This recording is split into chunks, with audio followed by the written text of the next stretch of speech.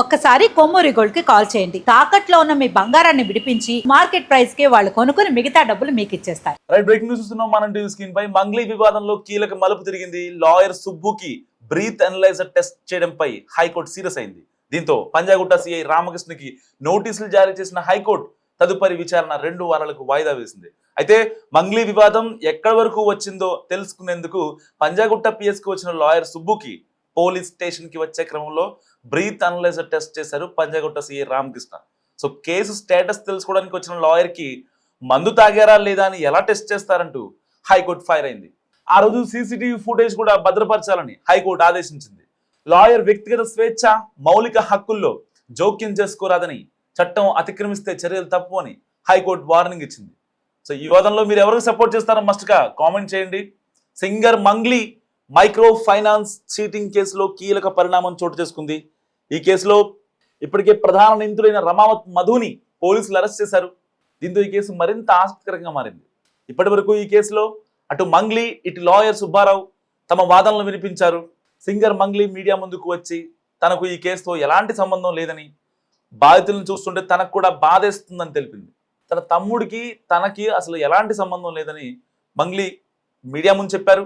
మరోవైపు లాయర్ సుబ్బారావు మాత్రం ఈ కేసును చాలా సీరియస్గా తీసుకున్నారు.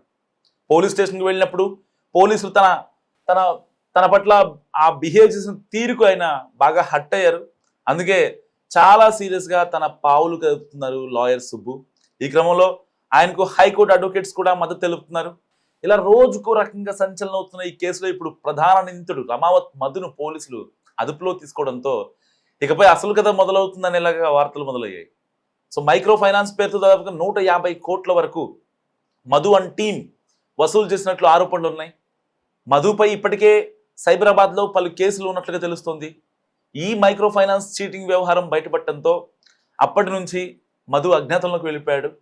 అతడి కోసం గాలిస్తున్న సైబరాబాద్ పోలీసులు చాలా చాకచక్యంగా టెక్నికల్గా ఎవిడెన్స్తో అరెస్ట్ చేశారు.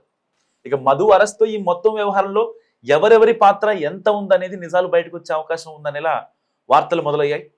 అసలు ఈ చీటింగ్ వ్యవహారంలో మంగ్లీ, ఆమె సోదరుడి పాత్ర ఏంటనే విషయం కూడా మరికొద్ది గంటల్లో తెలియనుంది. సో ఇకపై ఈ కేసు ఎలాంటి టర్న్ తీసుకుంటుందో, మరి కీలకమైన వ్యక్తులు ఎవరైతే ఉన్నారో ఈ కేసులో వాళ్ళు అరెస్ట్ అవుతారా, లేదంటే వాళ్ళ పేర్లు హైడ్ అవుతాయా అనే విషయం కూడా తెలియాల్సి ఉంది. ఎందుకంటే ఇప్పటికే మధు ఒక వీడియో రిలీజ్ చేశాడు బిఫోర్ అరెస్ట్. సో తనకి ఎలాంటి సంబంధం లేదు మంగ్లీకి అని ఒక క్లీన్ చిట్ ఇచ్చే ప్రయత్నం చేశాడు. మరి సిఐడి విచారణ కొనసాగుతుంది. ఇటు మియాపూర్ పోలీసులు కూడా రమావత్ మధుని అరెస్ట్ చేసి విచారిస్తున్నారు. ఇలాంటి క్రమంలో గనక కీలక పేర్లు చెప్పకపోతే, ఎందుకంటే ఇటు వాట్సాప్ చాట్స్ కావచ్చు, నార్మల్ కాల్స్ కావచ్చు, ఈ యొక్క కాల్ డేటాను కూడా సేకరించే అవకాశం ఉంది. అండ్ తన వాట్సాప్ కానీ, మెయిల్ కానీ, తన ఫోన్ కంప్లీట్గా వాళ్ళు రిట్రైవ్ చేసే అవకాశం ఉంది. సో ఇలాంటి టైంలో కనుక అసలు స్కామ్ ఎలా జరిగింది, ఏ ఊళ్ళకి ఫస్ట్ వెళ్ళారు, ఈ యొక్క హిమకాంత్ రెడ్డి ఆయన దాదాపుగా కొన్ని కోట్ల రూపాయలు ఇచ్చని చెప్తున్నాడు. సో ఆల్రెడీ నేను వెళ్ళాను, మంగ్లీ వాళ్ళ ఇంటికే వెళ్ళాను, వాళ్ళ ఊరు వెళ్ళాను, ఆ విషయం శివకి తెలీదు అని చెప్పి వీళ్ళందరికీ ఎవరికి తెలీదు, నేనే కావాలని వెళ్ళాను, అసలు ఏంటో చూద్దామని. సో అప్పుడు ఏపీ వెళ్ళడం జరిగింది. దాని తర్వాత హైదరాబాద్ వచ్చాం. సో మొత్తం చూసుకున్న తర్వాత ఇన్వెస్ట్ చేశాను, ఇంకా నాకు తెలిసిన వాళ్ళని చాలామందిని ఇన్వెస్ట్ చేసే ప్రయత్నం కూడా చేశాను అని చెప్పి కొన్ని క్లూస్ ఇస్తున్న నేపథ్యం. ఇదేమో మంగ్లీ నేను బాధితుల తరపున ఉంటాను, నాకు ఎలాంటి సంబంధం లేదు అని వెక్కి ఏడుస్తుంది.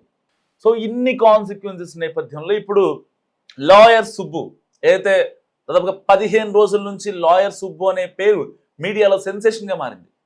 అసలు ఇప్పటిదాకా ఆయన పేరు కూడా ఎవరికి తెలీదు. అలాంటి వ్యక్తి ఒక్కసారిగా హైప్ వచ్చేసింది. సో బాధితుల పక్షాన నేను నిలబడుతున్నానని మొదటి రోజు నుంచి ఒకటే మాట చెప్తున్నాడు. సో అసలు కేసు స్టేటస్ ఏంటి తెలుసుకోవడం కోసం వెళ్ళినటువంటి పంజాగుట్ట పిఎస్కి వెళ్లే క్రమంలో ఆయనకి బ్రీత్ అనలైజర్ టెస్ట్ చేశారు. ఎస్హెచ్ఓ సిఐ రామకృష్ణ ఒక స్టేషన్ హౌస్ ఆఫీసర్గా తన పట్ల బిహేవ్ చేసిన తీరుని హైకోర్టు చాలా గట్టిగా వార్నింగ్ ఇచ్చింది. ఒక లాయర్ మౌలిక హక్కుల్లో తన యొక్క వ్యక్తిగత స్వేచ్ఛలో మీరెలా ఇన్వాల్వ్ అవుతారు అని చెప్పి ఒక స్ట్రాంగ్ వార్నింగ్ ఇచ్చింది, అండ్ నోటీసులు కూడా పంపించింది. సో దీన్ని ఎలా చూడొచ్చు అంటే, ఆ రోజున ఏదైతే లాయర్ సుబ్బు పంజాగుట్టకి వచ్చినప్పుడు అక్కడ హంగామా చేశాడని చెప్పి, అనవసరంగా ఆయనకి బ్రీత్ అనలైజ్ చేశారని చెప్పి కొంతమంది మాట్లాడుకున్నారు ఆ రోజున. కానీ అసలు ఈ యొక్క లాయర్ సుబ్బు రావడానికి కారణం ఏంటి? సో మంగ్లీ వివాదంలో బాధితులు కంప్లైంట్ చేశారు, జిల్లాల్లో కంప్లైంట్ చేశారు, హైదరాబాద్లో కంప్లైంట్ చేశారు. మంగ్లీని చూసే మేము ఇన్ని కోట్ల రూపాయలు డబ్బులు ఇచ్చాము, అధిక వసూళ్లు అధిక వడ్డీ ఇస్తారనే ఆశతో ఇచ్చాము అని వాళ్ళే చెప్పారు. వాస్తవానికి ఈ యొక్క మైక్రో ఫైనాన్స్ కేసులు మొత్తం ఎలా ఉంటాయి? సో ఈ యొక్క 5 లక్షలకి నెలకి 25,000 వడ్డీ ఇస్తాం, అంటే లక్షకి 5,000 రూపాయలు వడ్డీ ఇస్తాం, 5 రూపాయలు వడ్డీ. సో 5 లక్షలు ఇస్తే మనకి ప్రతి నెల 25,000 వస్తాయని ఆశతో వీళ్ళు చెప్పారు, వాళ్ళు కన్విన్స్ అయ్యి వాళ్ళు ఇచ్చారు.